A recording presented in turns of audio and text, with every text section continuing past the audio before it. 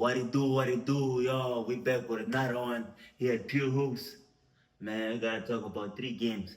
Game 7, the Detroit series.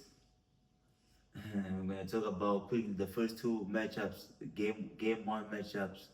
I'm kinda pissed, not gonna lie, yo, man, cause this is the second time I'm doing the video as the first one. Shit. My dumbass deleted fuck. I was deleting some old videos because of space and I accidentally deleted the one. Mistake. Because they usually edit first everything, then I delete it. But I don't know why I deleted it, but fuck it. We're gonna do it again, man. But we love what he do. I can do 1,000 videos a day. I don't care. I mean, I can't because I got things to do. But like, yeah, for sure. Let's talk about Game 7 for real, man. Overall, quick takeaways of Game 7 Detroit versus the, what you call this? The Cavs. Man, the Cavs, Detroit came in flat straight away.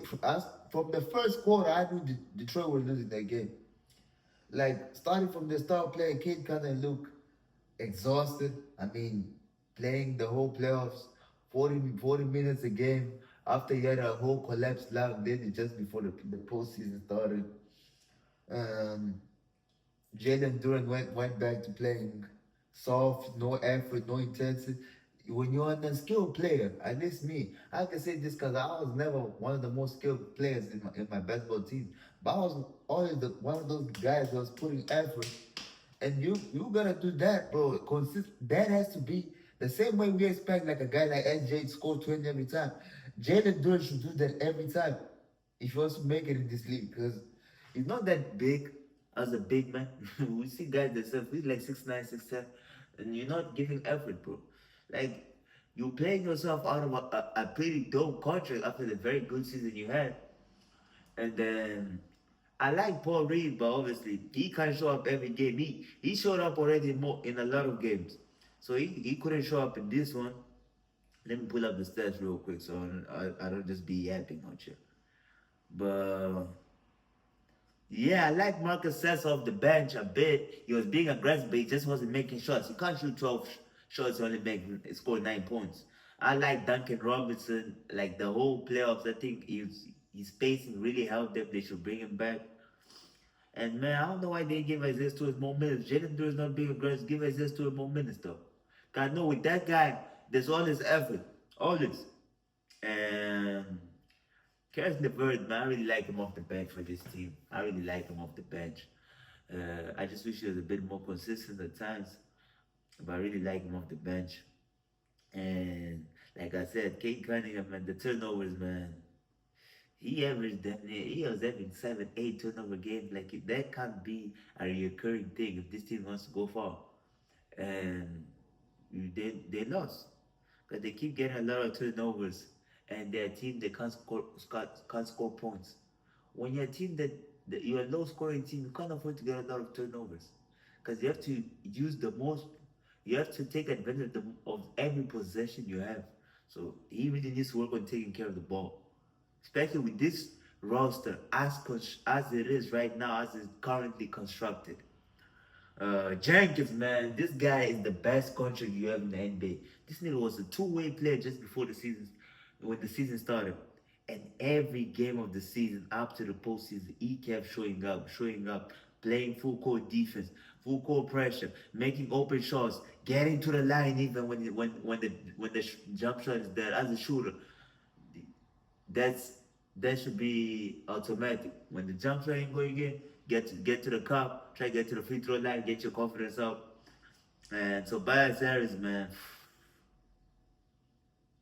you were playing really good, man. You were looking like a man, you were playing really good, man. You like really good, like you've never played before in the playoffs, and now you playing really like the nigga you look like J. Cole.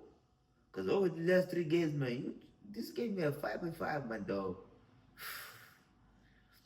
As much as I love Tobias Harris, man, they want to they can keep him if they want, but he doesn't give you much on defense as well. So if he's gonna be scoring 5 points, 6 points, like you can't keep him. But I want to talk about this guy. I want to center the topic of this guy. And in today's NBA, as much as it's very important to have a versatile defender like Ausar Thompson. And he's out of this world. If Wemby didn't exist, he would have won. Him and his brother will be winning DPOIs over the next 10 years. They're the most athletic players, and it's ridiculous how fast, athletic, and their defensive instincts are off the charts. And they are very strong physical players. But Ausar Thompson can't score, yo. Like, he can get your cards here and there. A man is a bit ahead, the one that played for Rocket, but Ausar, whew, man, his scoring is really bad, man. His scoring is really bad. He, like, the game six just making the little mid range. This game, like, literally, you play four on five. Plus with Jalen Duran, you play basically play 3v5. Cause Jalen Duran is just dead. You can't have two guys in a dunker. Like, like you live in the corner, bro. He's hitting side of the backboard, air balls, bro. This is the easiest 3-point shot. Like, I would appreciate if he was at least a good corner, but he can't make free throws. Yo, I strongly advise him, cause he's a really good player.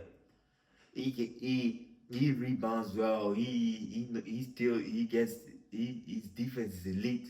He's, at times he can be too aggressive, but that's not a bad thing. But he really can't score the ball.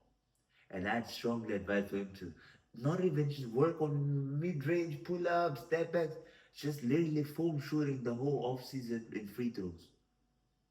And make open mid-range shots first. Of pin downs, of open just make mid-range shots first. I'm not even talking about making 3 pointers. Again, 3 pointers is just work on making catchy shoots, standing still. That's the only two things I need from him. At least put the defense honest. Cause bro, someone will be standing under the basket and be like this, man, shoot that. He with us. And he airballing. And sometimes he's not even taking, he's looking for a handoff. But yo, man, let's talk about the winning team. Shout out to the Twin Towers. Mobley and Allen, they combined for 44 points and damn near 20 rebounds. They were amazing.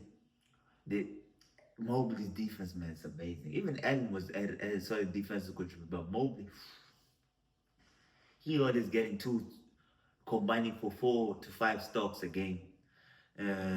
He was really efficient. I would like his free. I don't know what is up with his free throws, but I expect him to be better with that. Sam Murray was the catalyst, though. He came in, woo, fireball, literally like blazing hard, like the liquor fireball, man. Bah, bah, bah, bah. He came in. I'm like, damn, this boy. He on one today. And the Cavs, and I don't usually expect role players to step up on the road, but he did that. Shout out to him. I really like Dean Wade's defense, his whole effort. He's a solid player, very solid player. Max Struz, man, defensive effort. He never cheats the game. And I really like players like that, to be honest with you. James Harden, you got built up. He started the game strong, but then he, although he had solid contributions, like his defense was solid, but man, if Detroit is not making shots, everyone's defense can be solid. But he low key got bailed out because his game seven narrative is not going away. I get he had a plus 31 plus minus, but his game seven narrative is right now is terrible and it's not going up anytime soon. Putting up performances like this. Man, shout out to Spider Donovan Mitchell. 26.8 assists, 6 rebounds, man. Showing why he's one of the best shooting guards in the league. A top 15 player in the NBA. Man, you can even have the top 10 if you want at this point. He's a really good player, really good scorer. Like I said, one of the best playoff scorers we have in our league. And he always rises up to the occasion. Um, I love the fact they were starting their pick and rolls a bit more higher up for spacing reasons, obviously, and which helped them get downhill and create shots for guys like Merrill, Max Struz, Dean Wade. Incredible, incredible. And yeah, that's basically what I gotta talk about. this whole game. I expect if they want to compete against the Knicks, Mobley gotta be aggressive like this. If Mobley is not being aggressive like this, it's gonna be a quick one because most likely Josh Hart or Anunoby are gonna be matching up against Mobley. Although Anunoby might have the physical advantage, they Anunoby 6'7", Josh Hart is 6'4". Mobley, you 7 foot. Should be you got 4 or 5 inches on them. Come on. Pause. That was crazy. Yeah, y'all get what I mean. So now let's talk about the first game one matchup. Yo, what a game, man! What a game! What a thriller. But honestly, yeah, if De'Aaron Fox was playing, this game will be over in the fourth quarter. Because the forecaster, man, 11 turnovers is crazy. He had a really solid game, though. 16, 17 points, 11 assists. And the way he was playing defense on Shea Gilgeous Alexander, I've never seen someone. Because he kind of, they're the same size. He outmatches him physically. And he's more athletic, so it makes it tougher. And he got them young legs, so he can run the whole game. Him and Harper, man. Whoo, whoo, whoo, whoo. This the slash bros, man, is crazy. Harper gave you 24 and 11 rebounds, 6 assists. Every game when a star player doesn't play, he always fills in and is ready to step up. The shoes are never too big for him. The lights are never too bright for him. He's really a poised young man. He gave you 7 steals, man. I think he's the first player since Kobe Bryant to give you 24, 10 and 5 and 5 since Kobe Bryant in game 7 in the 2000 Western Conference Finals. And WEMBY, yo, he was punking Chad Holmgren. Chad Holmgren, come on, dog. This ninja, let me stop cursing. Let me say, this ninja, come up here, go on a press conference and repeatedly over there saying that you are nobody to him. Like, you're beneath him. Literally, before he said, like, compare, who? We're not in the same realm, like, you're beneath him. And you just show to the world that you really are beneath him because you are Wemby's broad in this game, man. And you are running away from smoke. This is the thing I hate about the most. A lot of these NBA players right now.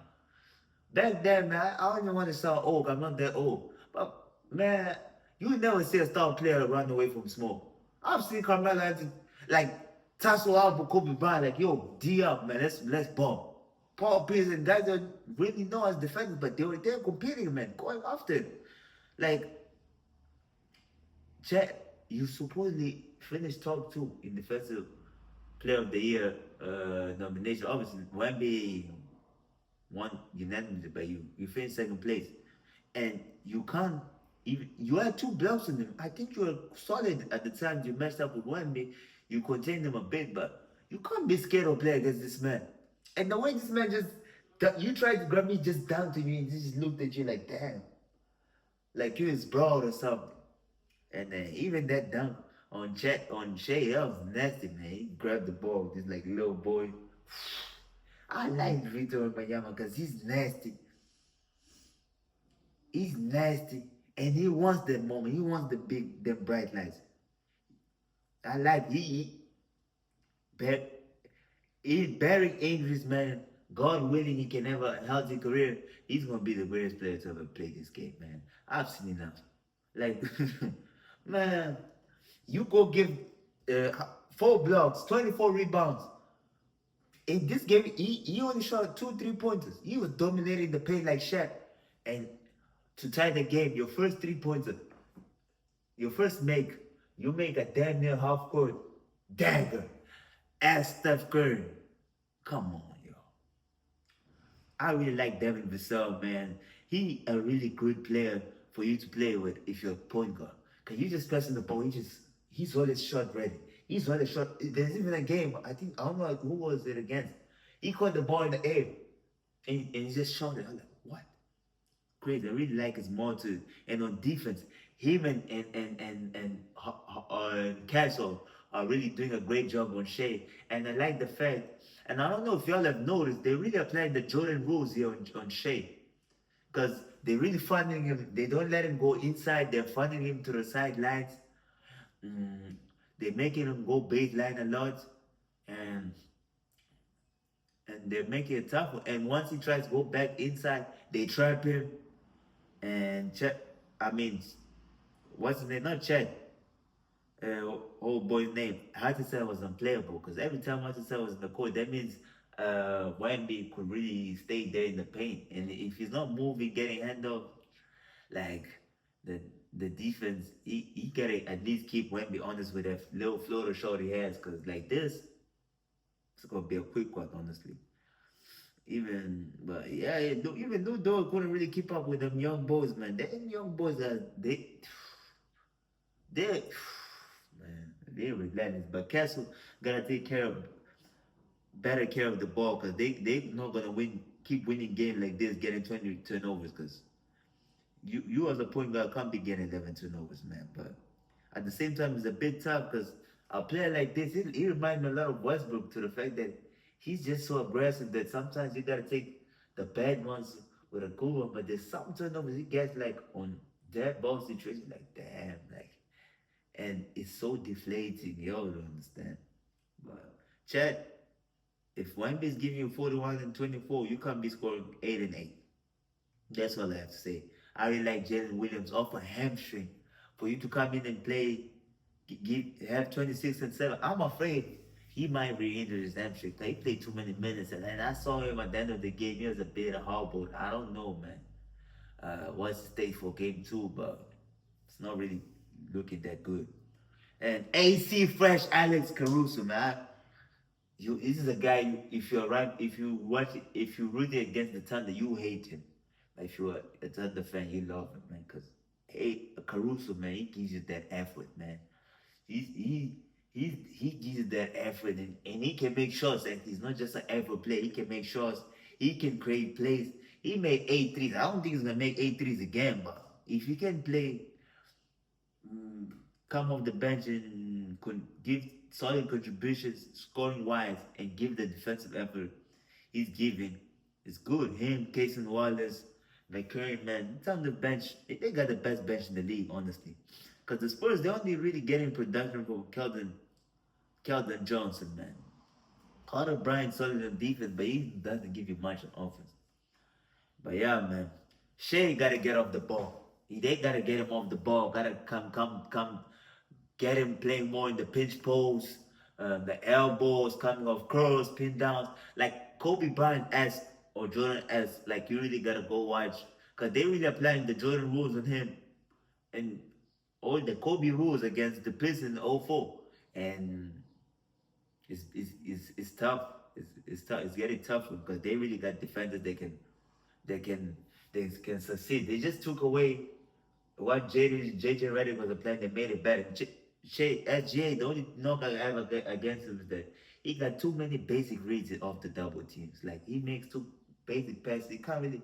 There's a guy in the corner. He can't give you that long pass. He's giving you the short pass, and like that that now takes time to get the ball to the corner. So now it gives the defense time to rotate. I would love him to make the risky pass, the long pass, like to really work on that. That's because that's the only flaw I have against him. Because his 3-point ball is not a flaw in my opinion anymore.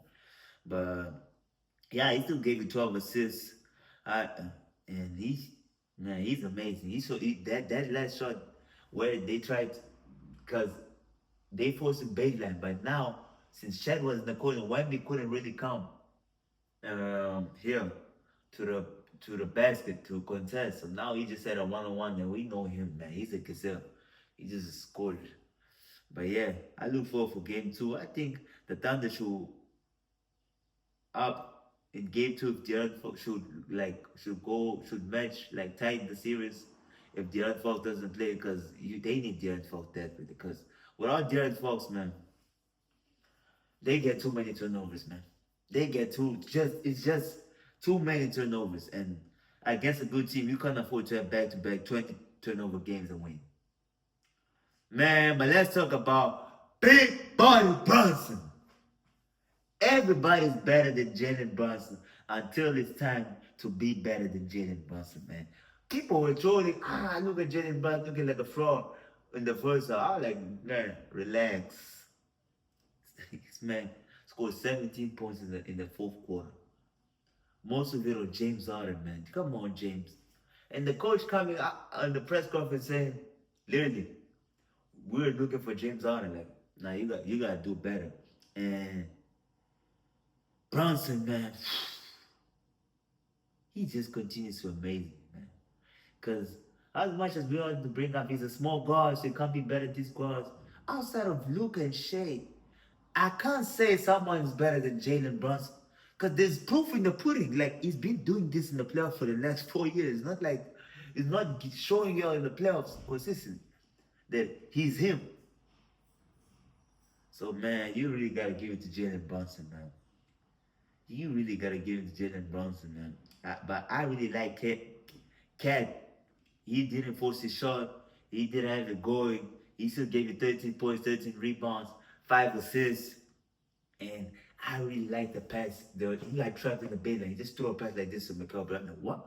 Cat can pass like that? Man, if Cat can pass like this, man, they're gonna be a very dangerous team. And Mike Brown is thinking the whole season he had us thinking they were gonna play this Jalen Brunson happy ball possession offense, and then he just switches up midway to game 4 against the Hawks.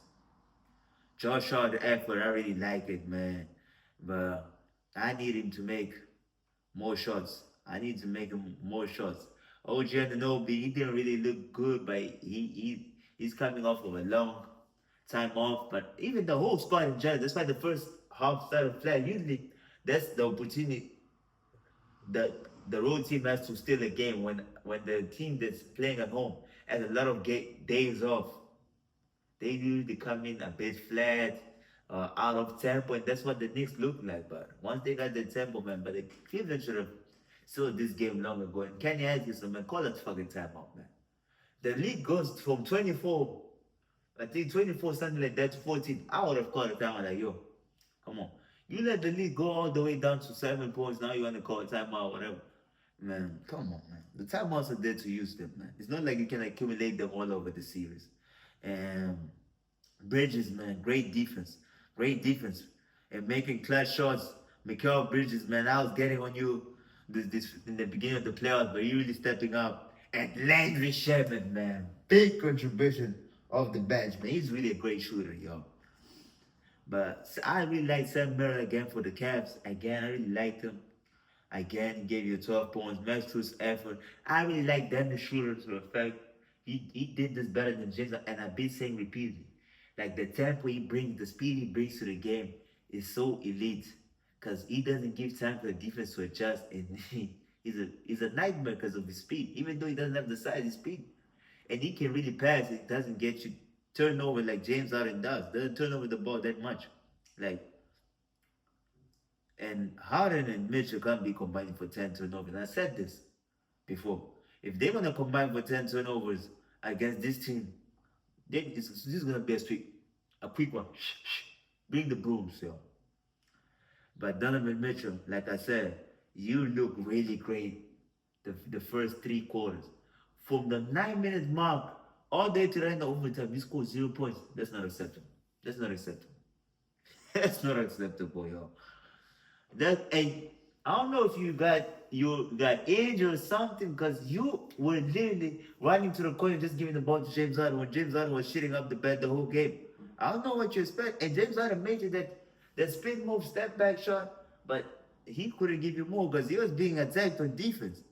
And Allen, man, tell you like Allen and Mobley.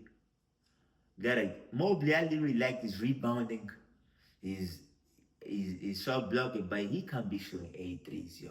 For me, as his coach, I'm not. If he shoots more than 3 threes, man, I'm getting on him